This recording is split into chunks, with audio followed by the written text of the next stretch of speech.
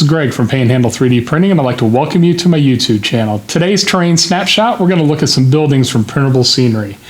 Printable Scenery has been around for a long time, back over 3 years ago when I got my first 3D printer. It was Dragon Lock and Printable Scenery. It was a Printable Scenery Winterdale Kickstarter, I believe, was the very first one, and ever since then I've been hooked on 3D printed terrain. He's done multiple Kickstarters since. This isn't the stuff from the most current Kickstarter. This is the one from beforehand, the Lost Islands Kickstarter. But I'm in serious lack of any RPG terrain, and so I buy random colors of filament really cheap. And so I decided to print myself some buildings and stick them in my RPG bucket for when we get some games together. But I thought these are 5 really nice looking buildings, and one of them I've had on the channel before, but it's gone through some improvements, and we'll talk about that. And what I'm going to do is try to get a little bit closer on here. I know that this lighthouse is going to be weird. I'm trying to get this in frame, but I'll do the best I can. And we'll zoom in on these buildings, talk a little bit about them so you can see what they look like on the table, and you can decide whether you want to print some for yourself. I'll be right back. All right, the first building we're going to look at, and it's also the oldest building out of the 5 that were on the table, is the Tavern. And this is from the Rampage Kickstarter. And I've had this one on the channel before. And it's a 3-piece print. And the last time I had it on, it was a 3-piece print also. But now this building has been scaled up, so it's more in line with the rest of the Port Winterdale buildings and stuff like that. And I really like the improvements that they made with this. And let me spin it around here and you take a look. And like I said, this is all printed in, I buy those random boxes of filament that you can get pretty cheap from the companies where I really don't care about the color. And so this is a pearlescent blue. And so this building right here, it's a 3-piece print. So it prints as a roof section, which is right here. You can get a good look at that. And of course, there'll always be pictures that'll be popping up of each piece. And I just threw the door up top. This is the door that goes down on the bottom. And then you have this center section right here. And these are actually really nice size, because if I look around here and I grab my trusty Paladin, you can see scale-wise, they fit in there pretty good. I mean, that's a 25 mil fig on a base, and then you're looking at your probably 30, 33 millimeter base on these. They're washers on these are some Reaper figures, but you know, if you take a look at that, you know, there's a lot of room. So for an RPG look on there, you know, there's a lot of good use out of this terrain. And then the bottom level right here, they've put the floor in. And so, you know, everything has all got the floor on there in the bottom, and it prints really well. They're long prints. These prints aren't short at all on any of these buildings. You know, you're looking, these were all done on a CR10 S, and, you know, with the profiles I use, it was probably 35, I mean, at least, well, it's probably 30 hours just for the bottom piece, but they're probably about 50 hours each on there. And it's really nice. This building is nice. You could light this up on the inside with some LEDs and stuff like that. If there's one complaint, and I only have one thing to say about any of these buildings on here, is that this is the old style. It doesn't have all the other buildings that you'll see here have pegs for alignment. So if I would drop the roof on, it'll lock right in. This one doesn't. It uses the old style where you used to put the filament in the little holes, you know, just to help with centering things up. But other than that, that's really not an issue. And if that's the only gripe I have about anything on here, it's really good. And there will be links to the Printable Scenery website where you can check out all this stuff. The prices on it are fantastic. I mean, if you look at this, I don't know what this building costs. I'll flash a picture up, but I'm sure it's between $10 and $14. You are not going to get an injection molded piece of terrain like this for $10 or $14 and be able to print it over and over and over again. So that is the Tavern, and that was from the Rampage Kickstarter.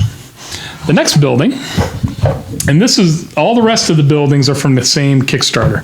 And this one right here is called the Courthouse. And you know, his description was it's your typical style home for the middle class in Port Winterdale. And so again, this is a 3-piece print. And this print's really nice. You know, I could see having a whole bunch of these on here. You could really fill up a table pretty quick with this piece right here. It's a nice size. It's not too big, you know, for your wargaming table. So if you wanted to play a skirmish level fantasy system or something like that, this is, I think, a really, really good piece for that table. So again, it's 3 pieces. So let me take off the roof. And this is what I was talking about on the newer buildings, have these, they have these, just these square pegs right here. So they're basically alignment pegs, and you can just drop this on top. It sits right in. You can give the building a shake, and it's good to go. And, so if you want to get a good look down at this one, really good building. And here's the center level.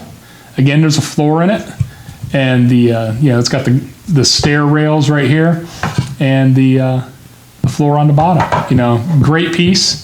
And again, these are all straight off the printer. I haven't done any cleanup or anything like that. I'll do that before we get around to printing it and things. But, straight off the printer. And that's the Courthouse from the Lost Islands Kickstarter. The next house is the warehouse. And that's right here. This is another large building that would look great on an RPG table and a fantasy skirmish table. This is a central hub for trade. So this is a 4-piece print. So you've got the roof right here, prints is 1 piece. I'm printing, he does keep folders for smaller printers. Being that I have a bunch of CR10s, I just print as big a piece as I can get, to put onto the printer and stuff like that. So,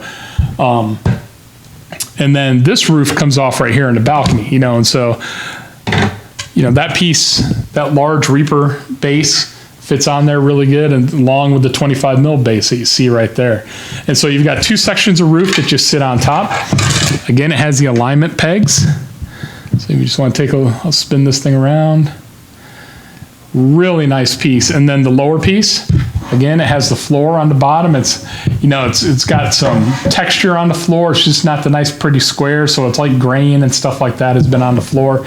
And so again, his team, and I don't know the makeup of Matt's team, but it's fantastic. I mean, the Iron Helm stuff from the last Kickstarter just blows my mind, and you are absolutely going to see that on this channel. It's just a matter, I need to free up some printers long enough so I can print all that stuff out, because that stuff is massive and it looks incredible.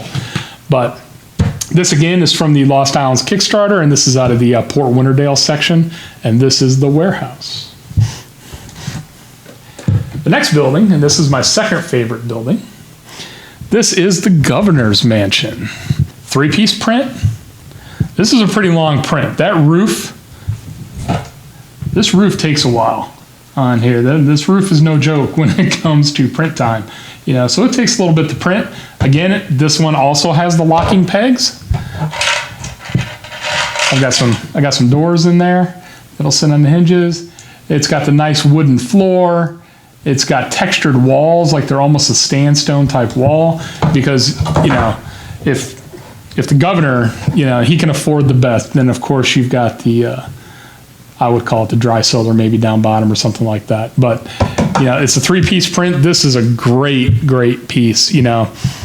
It's definitely worth the time to print, because you probably don't print maybe more than 1 or 2 of these if you're filling up a 4x8 table. You'll probably fill it up more with the port houses and stuff like that. But definitely, if you're buying into the Lost Islands Kickstarter, you have bought into it, and you've done like I've done and waited a year and a half before you've printed anything, do yourself a favor. Find some filament and throw this model onto the print bed, because, like I said, it is worth it. Okay, I got it together. What it is this roof. It slides into this railing spot right here, so it actually goes in. I was trying to put it on top of it, but fantastic print. Governor's Mansion, Port Winterdale, stately mansion to flaunt your wealth and influence. So would look great on your RPG or fantasy table.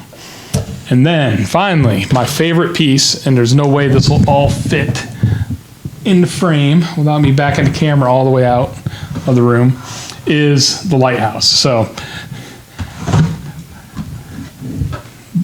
this is the top of the lighthouse, and there's the bottom of the lighthouse. So this thing is tall, and so what I'm just going to do is take it apart into its pieces on here. this is simple and a defining piece for me. This is one of my favorite pieces out of this Kickstarter. It looks great. The piece is tall and it's big, but it's not too big either.